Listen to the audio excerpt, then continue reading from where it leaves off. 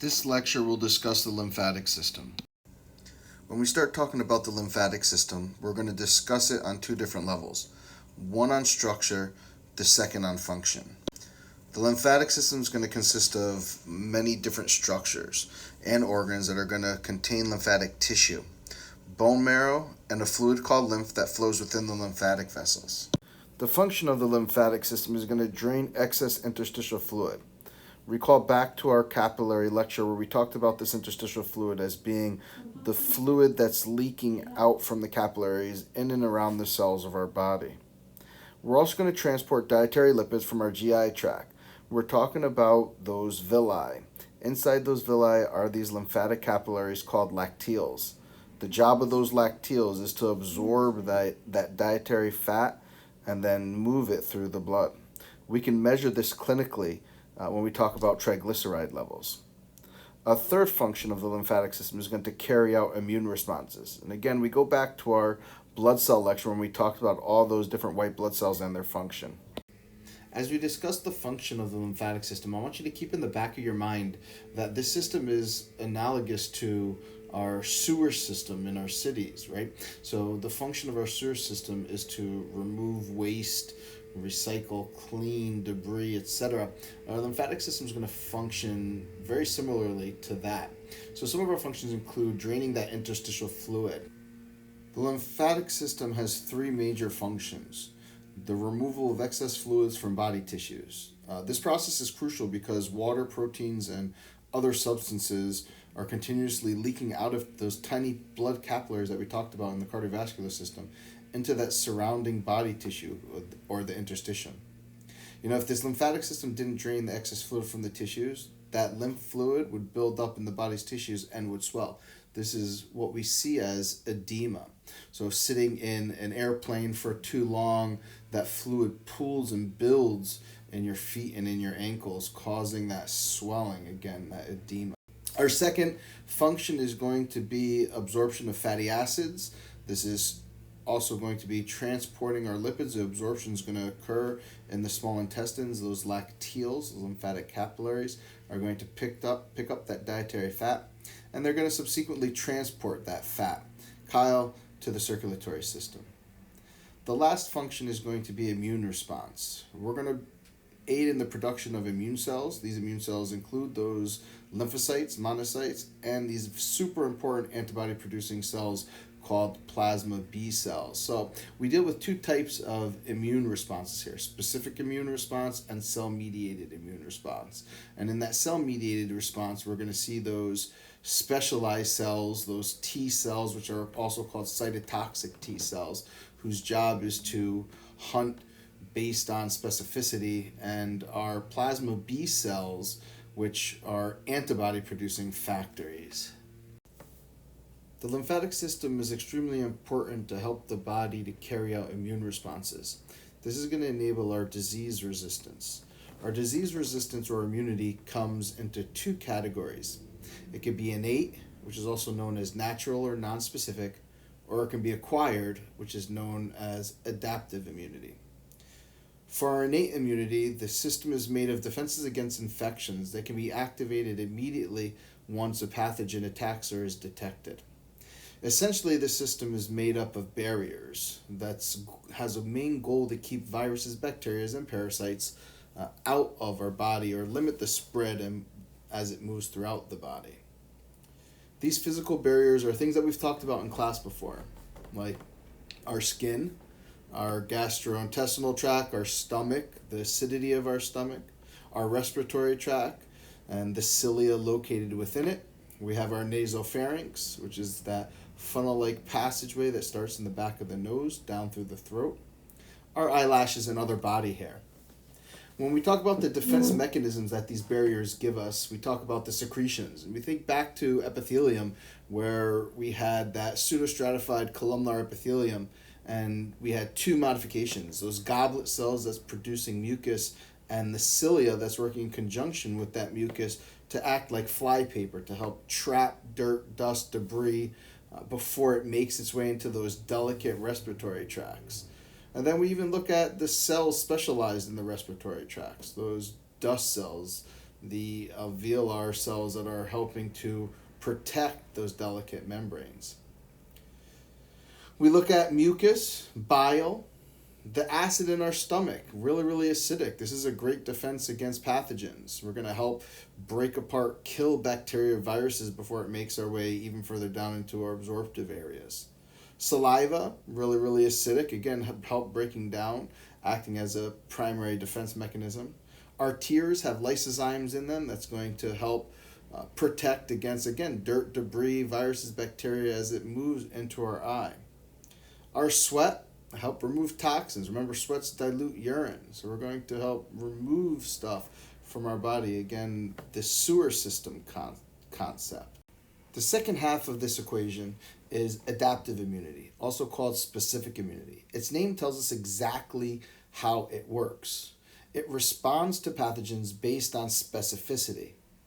Its job is to use specific antigens to strategically mount an immune response. This system is completely different from the innate immunity system that we just talked about, which attacks only based on the identification of general threats. The adaptive immunity, or specific immunity, is activated by exposures to pathogens like viruses, bacteria, or protozoans. It's going to use an immunological memory to learn about the threat and enhance the immune response accordingly, with various types of lymphocytes, like memory B cells, memory T cells, which allow us to not get sick the second time, or get as sick the second time that we are exposed to that same pathogen. The adaptive immunity response is much more slower than our innate immunity when it responds to threats and infections.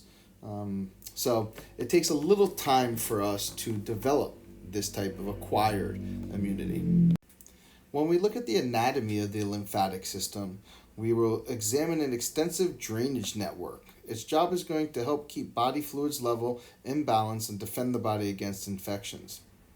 It is composed of a network of lymphoid organs, lymph nodes, roughly around 600 scattered in clusters throughout our body, lymph ducts, lymph tissues, lymph capillaries, and a network of lymphatic vessels, which are going to carry lymph and other substances throughout the body.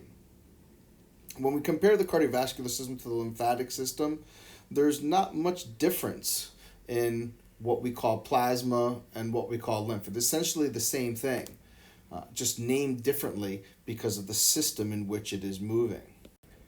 Next, we're going to look at the basic anatomy, or the components of the lymphatic system. I like this drawing because I think it does a great job in showing every part of this system in green, highlighting some of the major organs, nodes, ducts, glands, etc. So just to review, our lymphatic system is this network that you see here, very small vessels, whose major job is going to be to drain that lymph fluid from all over the body. The major parts of this lymph tissue are located in what we see here, the bone marrow, the spleen in that upper left quadrant, thymus, lymph nodes, and our tonsils. The heart, lungs, intestines, liver, and skin also contain lymphatic tissue of some sort. We can now start at the beginning of this system, where we really are picking up that fluid from the interstitium in between all those cells. We start with lymphatic vessels and capillaries. Our lymphatic vessels begin as lymphatic capillaries, which are intertwined between those blood vessel capillaries that we saw in our tissues in our last lecture. They're going to be intertwining between those cells, between those capillaries, and they're going to merge to form lymphatic vessels. They're going to have very thin walls. They're going to be layered like shingles overlapping. Again, another pressure-driven system that when pressure rises in the interstitium, these tiles are going to open up, allowing for fluid to move from high to low pressure. When we talk about movement of fluid, we look at this lymph fluid draining into lymph capillaries. It's then pushed along when a person breathes or when muscles contract. This is very important because remember we said when we talked about blood vessels that capillaries, especially these lymphatic vessels and lymphatic capillaries, follow the same routes as veins. They have a similar issue.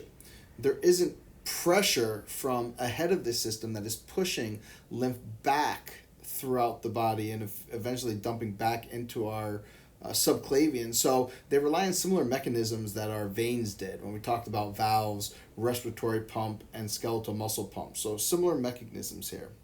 Our lymph capillaries are very thin. They have many tiny openings that's going to allow for these gases, water, and nutrients to pass through.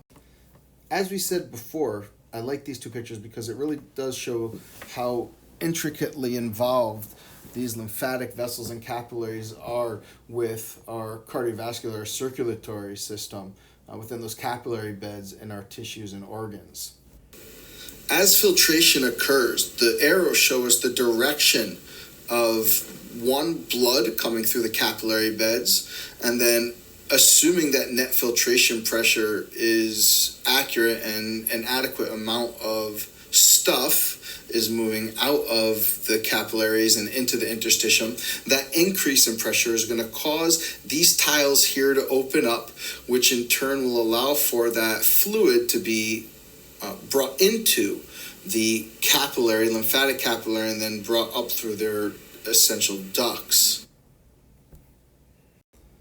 The next level of organization takes us to lymph trunks and ducts. From those last lymphatic vessels that we just got done talking about, this lymph passes through lymph nodes. Again, we have roughly 600 kidney shape or rounded nodes that can be close to about 1 inch in diameter. Most of those lymph nodes are found in clusters in the neck cervically, under the armpit axillary, or inguinally in the groin area. The nodes are also located along lymphatic pathways in the chest, abdomen, and pelvis, where their main job is going to be to filter blood. Inside these lymph nodes, we're going to find specialized lymphocytes called T cells and B cells, and we're going to get into this a little later when we look at the specific anatomy of the lymph node. Lymph trunks following our lymph nodes are going to be located and include the lumbar, intestinal trunks, bronchomediastinal trunks, subclavian, and jugular trunks. Lymph trunks then merge to form either the thoracic duct or the right lymphatic duct. Our lymphatic vessels are unique. They form one-way systems that take lymph from tissues and return it to the circulatory system at the subclavian vein, both left and right. We're going to see that the body is really divvied into a 75-25% split, where most of this lymph is going to travel via or through the thoracic duct, and the right side of the body through the right lymphatic duct. So we go back to saying that one of the most major lymphatic vessels is this thoracic duct. It begins near the lower part of the spine. From our two intestinal trunks, we'll find this rounded cistern, a pool, a container that's going to pool this lymph from the left and right lower limbs. That cistern is called the cisterna chyli. From there, it's going to empty into that thoracic duct. And the thoracic duct is going to carry that lymph from the majority of the lower limbs on the left side of the body back up and through the left subclavian vein. The right lymphatic duct is the other major lymphatic vessel, and it's going to collect lymph from the other or right side of a specific portion, the neck, the chest, and the arm. And it's going to empty again into that right subclavian vein. Quick note, when we look at our next slide, we're going to see how this system is really divvied. And we'll see that from right below that mammillary region on the right side, including the right half of the head, shoulder, and right arm, is really all the lymph that's being pulled into this right lymphatic duct. The remaining 75 to 80% of the body is covered through this left lymphatic duct or thoracic duct. And as we said before, here's that diagram showing the right drainage area and the majority of the body following through that left drainage area. So again, the right lymphatic duct is going to drain lymph from that smaller upper right side of the body. And we follow the lower limbs through the cisterna chyli, through the thoracic duct or left lymphatic duct for our left drainage area into our left subclavian. This slide is going to give us a more detailed view of our drainage routes. So again, if we look to the left, we see that breakdown between the right lymphatic duct and then the majority through the thoracic duct, green versus tan. Continuing with our drainage routes, if we follow our arrows, we're coming on the left side up the left lymphatic or thoracic duct, and we see that it bends around that left internal jugular vein and dumps back into that left subclavian. Now this is important. Remember, at the capillary bed, all the way down at the beginning of the system that we just got finished talking about, we are picking up plasma, fluid from the interstitium. We have to repopulate that or reintroduce that back into the circulatory system so our blood volume doesn't diminish and doesn't reduce. So this is where, once we've done and completed our cleaning, our surveillance, our checking of this fluid for pathogens, viruses, bacteria, and protozoans, it will then again reintroduce it back into general circulation, maintaining our plasma volume. Putting it all together and looking at the formation and flow of lymph, we can start again at that interstitial fluid and that interstitium at the capillary beds. And the nice thing about this little picture is it overlaps and shows the connection and the intimate details and connection between the cardiovascular system, those pulmonary blood capillaries, those systemic blood capillaries, and the intertwining lymphatic capillaries. So again, we go from the interstitium, that fluid, the interstitial fluid being picked up by the lymph capillaries. We go to our lymphatic vessels, moving through the lymphatic trunks, the lymphatic ducts, and then repopulating, recirculating back into the subclavian veins.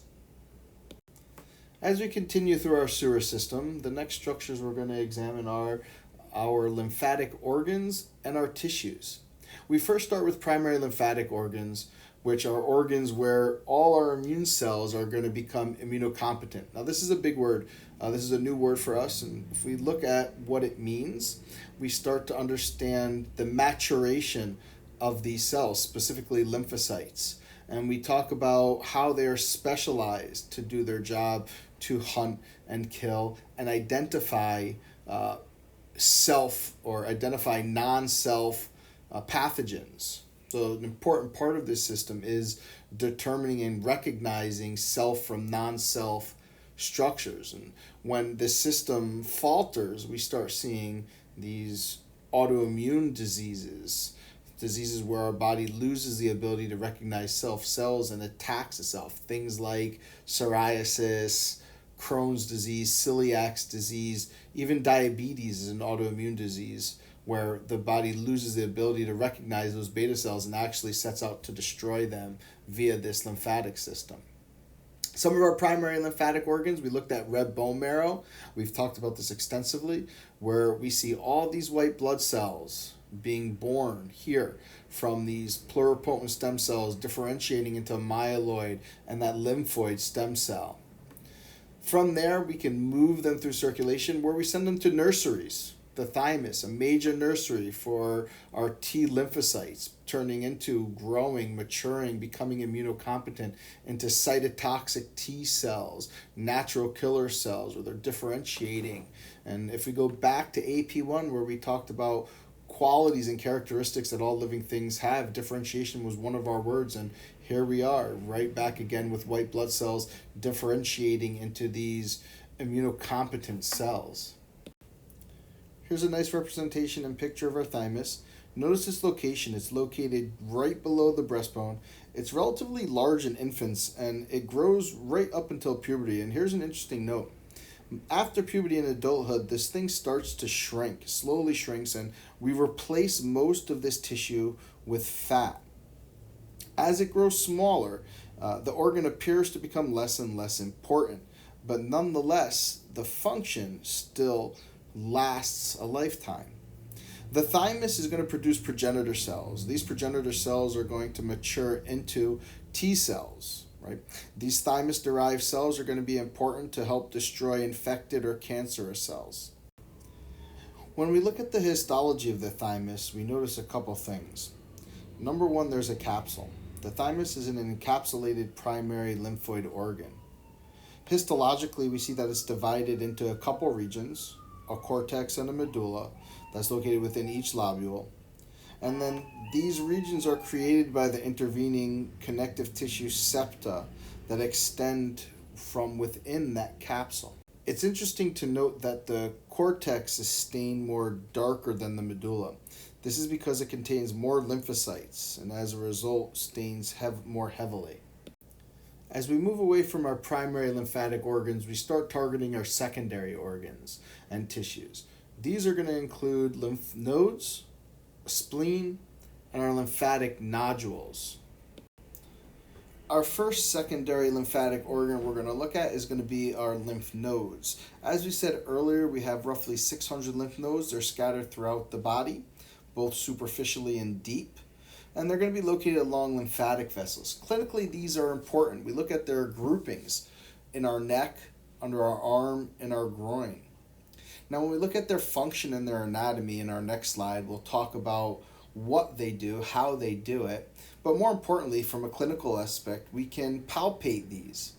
As they're doing their job, these nodes tend to swell. And in a second, we'll talk about why they start swelling. But these, when we look at the superficial lymph nodes, are the ones that we can feel when your doctor's feeling under your mandible, in your neck, under your arm, in your groin.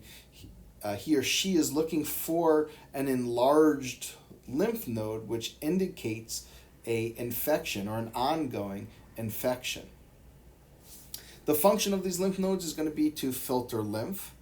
Foreign substances, pathogens, viruses, bacteria, protozoans are going to get trapped in here, and the cells located within those lymph nodes, those macrophages and those lymphocytes, are going to go out to phagocytically destroy these foreign invaders. Before we get too detailed with the structure of a lymph node, I want to give you a quick little analogy to help you understand what's going on here. As we look at this structure, we notice that we have 5 afferent lymphatic vessels. So remember, our afferent vessels are going to be vessels that are coming in. We notice in our picture some valves, one-way valves. Again, very similar to veins, helping to keep the flow of lymph moving, especially or at least in place, especially when we stop moving, because we're relying on those respiratory and skeletal muscle pumps to get lymph flowing through the body. We notice that it is capsular, and we also notice that we have efferent lymphatic vessels leaving through this invagination of the capsule called the hilum. Now, this is going to be important because we go back to our analogy and we say, well, what does this thing do? Well, lymph is going to be flowing into these afferent vessels, and then the job of this node is to detect foreign invaders. Once those foreign invaders, again, virus, pathogen, bacteria, protozoan, is detected, it's going to slow things down.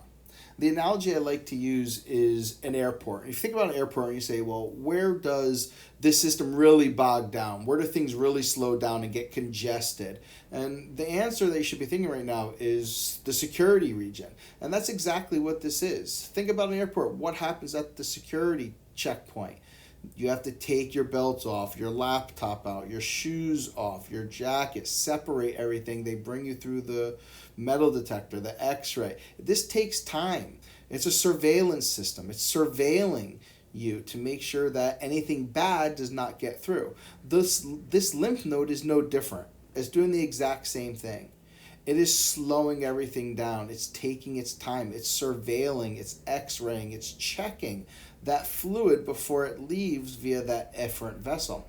And if it detects something foreign or potentially dangerous, it jumps into action, which gives us this not very simplistic scenario and structures of what's going to happen and how it's going to happen.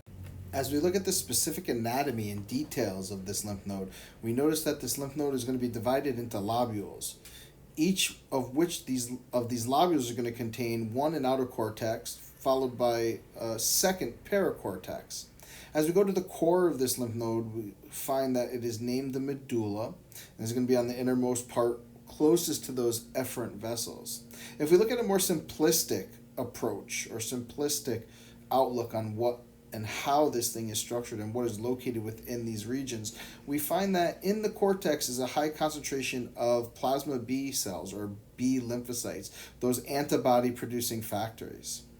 When we go to the paracortex, we get a concentration of T lymphocytes, those cytotoxic T cells, and dendritic cells. These are going to be our primary phagocytes. Moving to the core, the medulla, high concentration of plasma cells. Again, these cells are going to be antibody creating factories. Moving back to the outside surrounding these regions, the entire lymph node is going to be enclosed by a tough fibrous capsule. This slide gives us a nice look at a close-up of the septa, the invagination of the capsule, looking at the cortex, the germinal centers, the medulla, and on the upper right-hand corner, we could go to 100x, a scanning electron microscope versus a light microscope, and really see those macrophages, those lymphocytes within that medullary sinus. The picture below it is going to be a nice representation of a lymph node, and we notice and realize that our lymph nodes are different. They can vary in size from only a few millimeters all the way up to 2 centimeters in diameter. This is a relatively large one. We can see all the different afferent lymphatic vessels coming in with our efferent vessels leaving. So far to summarize, we've talked about our primary lymphatic organs, where they are and what they do, our red bone marrow and thymus. Our secondary lymphatic organs and tissues, our lymph nodes, our spleen, our lymphatic nodules. We didn't really touch on the spleen yet, but we will look at the spleen again and our lymphatic nodules in our subsequent slides. As we continue and examine some other lymphoid tissues and organs, we're going to start with the spleen. It is similar in structure and function to the lymph nodes. It plays multiple supporting roles in the body. Number one, it's going to act as a filter. It's going to filter blood as an important function of our immune system. It's going to help recycle old red blood cells. And we're also going to store platelets and white blood cells here. As far as filtration, it's going to filter bacteria, viruses, and toxins, and any other type of foreign matter or pathogen from the blood. As we move on to our lymphatic tissues, we look at something called MALT, mucosal associated lymphatic tissues. We're going to find these located in our respiratory tract, our tonsils. We're going to find it in the small intestine, specifically the ileum, these patches, these balls of lymphatic tissue that's going to serve an important surveilling function. The main function of the tonsils, we look at a few. We look at our pharyngeal tonsils or our adenoids, our lingual tonsil, our palatine tonsil. All these tonsils are these circular bands of lymphatic tissue whose main function is to trap bacteria and viruses that you breathe in. Proteins called antibodies produced by the immune cells in the tonsils are going to help kill these germs, and they're going to help prevent throat and lung infections. Again, these circular ring of tissues are surveilling. They're x-rays. They're checking everything in the air, everything you're breathing in, everything you're swallowing, and looking for these pathogens, these bacteria, these viruses, and we'll set out to kill them before they get into our lungs and throat. The next tissue we're going to look at is this Peyer's patch, this other part of MALT, mucosal associated lymphatic tissue. These Peyer's patches play a super important role in immune surveillance. We use this word again, surveillance, right? What this is referring to is this process by which this immune system, our immune system, is going to, one, recognize, identify, and then set out to destroy all these potential pathogens. Its location, we said before, was in the small intestine, specifically our ileum region. So the latter, the third, later portion, right before, the later portion of our small intestine, right before it meets up with the cecum. While we look at the function of these Peyer's patches, we see that their job is going to be to monitor intestinal bacteria populations as well as prevent the growth of pathogenic bacteria in the intestine. So again, we have surveillance, we're checking, monitoring, preventing infection, especially in the intestinal tract. As we look into the histology and the specific anatomy of the spleen, we're not going to go too crazy with this. I really don't even care if you know the vasculature. What I want you to know is some general anatomy. And if we look at the two big elephants in this room, it is the red pulp and the white pulp. And I just need you to know the general functions. The white pulp is going to be the material which is part of the immune system. It is our lymphatic tissue. And it's mainly made up of white blood cells. Again, we're staying pretty general here. The red pulp is red because, or at least called red pulp, because it is made up of blood-filled cavities. These are going to fill those venous sinuses and form our splenic cords, so the cords within the spleen. And again, that's about as far in detail as we're going to get with the histology of this organ. So to summate our lymphatic nodules, we talked about how they are masses of lymphatic tissue that are not surrounded by a capsule. We talked about our lymphatic nodules referred to as MALT, mucosal-associated lymphatic tissue, our tonsils, our Peyer's patches. They are scattered throughout the lamina propria of the mucous membranes, which is why it's called MALT, mucosa-associated. They're located in the mucosa, and with regards to the Peyer's patches, they do extend into the submucosa. We find them lining the gastrointestinal tract, the urinary and reproductive tracts, as well as the respiratory passageways or airways. Please feel free to click on the link. The Introduction to Disease Resistance gives us a nice little animation, more for fun, to explain disease resistance. While we talked about the anatomical movement of lymphatic fluid through the body, we didn't look at its clinical impacts. We talked about veins and how they prevent backflow with valves, and we use skeletal pumps and respiratory pumps. We talked about flow through capillaries, vessels, ducts, and then into our subclavian veins, the flow of lymph, again starting at the capillaries, moving to vessels, then to ducts, then to the subclavian veins. Here's our pumps, skeletal and respiratory muscle pumps. The next is edema. And this is the clinical significance of the lymphatic system and when it can cause problems. There's a couple scenarios. Number one, as we get older and our cardiovascular system starts to deteriorate and we have more difficulty circulating blood, we're also going to have more difficulty circulating lymph. So with a movement or the slowing or the inability to move as frequently and move as much, and especially when we travel for long period of times, car rides or airplane flights, fluid starts building in our extremities, in our legs, in our feet, and our ankles. So this building of fluid is called edema. One, with age, as we get older, edema does start to become more common occurrence, or does occur more commonly. The second time we see edema is from blockages of the lymphatic system. What we have pictured here is called elephantitis. This is a zoonotic infection. It is a roundworm infection that's introduced into the body through a tsetse fly. A fly will bite you and inject this roundworm. It will aggregate in our lymph nodes and in our capillaries, preventing the movement of lymph. And as you see in these pictures, you get swelling of the appendages, the legs, in this picture, the testicles, and what this does is it prevents the recycling, the cleaning, the movement of lymph throughout the body, and you get this exaggerated swelling. And if you look at that picture in the lower right, you can see that that person's leg really does look like an elephant's trunk, an elephant's leg, which is why it's called elephantitis. So very clinical, very important clinical impacts of disorders that we see when the lymphatic system goes awry.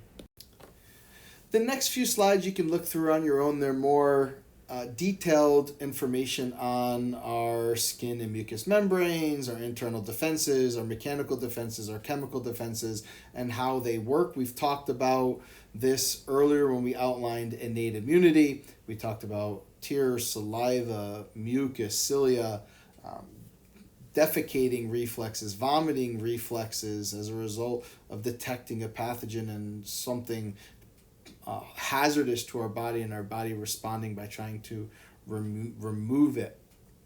So feel free to peruse the next few slides for a little more information. Again, not going to test you on this. It is more for fun if you're interested in how our body responds to pathogens, to protozoans, to viruses and bacteria, and specifically what type of processes occur.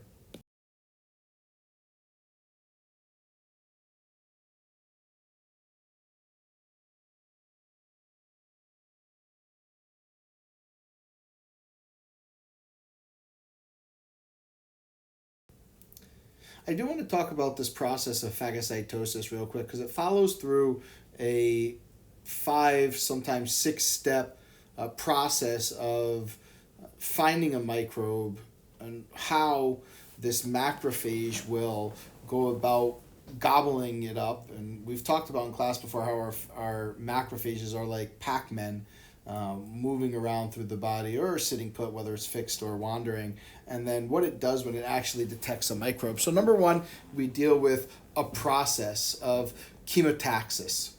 So what chemotaxis is phagocytes become motile, right? And what happens is they move to the site of injury, the site of an infection based on chemical stimuli. So they're able to detect and respond to chemical stimuli, usually sites of injury, or a type of bacterial pathogen or microbe that has been detected. Step two is going to be adherence. And with adherence, we start forming these pseudopods, these fake arms that are going to reach out, grab on, and form this little vesicle and endocytize, bring in this foreign body, this bacteria, into the actual macrophage, into the cell. And it forms a phagosome. Once that phagosome is ingested into the cell, we use one of our organelles. If we go back to AP1 and we think about all the different organelles, we remember our lysosome, right? Our lysosome has lysozymes inside, enzymes that are digestive in nature. They're going to fuse with that phagosome, forming a phagolysosome. And then our next step is going to be digestion. So that lysosome is going to release those digestive enzymes. It's going to, where we are, step 5, kill that microbe, that bacteria. And that digested microbe is then going to have to be released. So where step 6 would be, it's not really labeled here, is the exocytosis of that residual body that's going to contain that indigestible material. So essentially the cell is doing almost what we do with our normal nutrition, where we eat nutrients, eat food, we ingest it, we digest it, and then we excrete it via our digestive system in the form of essentially poop, right? So that's what the cell is doing. It's ingesting, digesting, and essentially killing and pooping out all the indigestible parts that will be then picked up back by the lymphatic system.